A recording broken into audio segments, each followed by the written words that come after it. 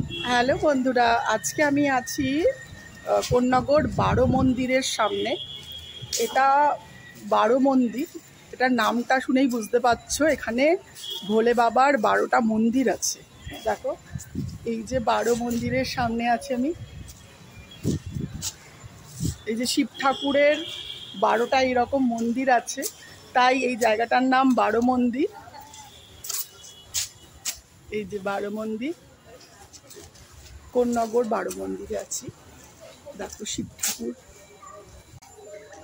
কোন্নগরের এই বারো মন্দিরটি প্রতিষ্ঠিত হয়েছিল 1821 সালে।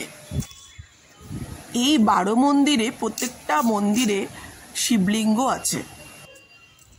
এই মন্দিরটি হুগলি রিভারের পাশে অবস্থিত। এই মন্দিরটি কোন্নগর পৌরসভা পরিচালিত। শিব পুজোর সময় এখানে জল ঢালার জন্য প্রচুর মানুষের সমাগম হয়।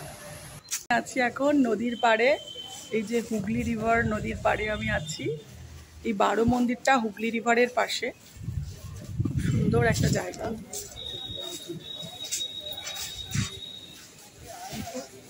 খুব সুন্দর হুগলি রিভার।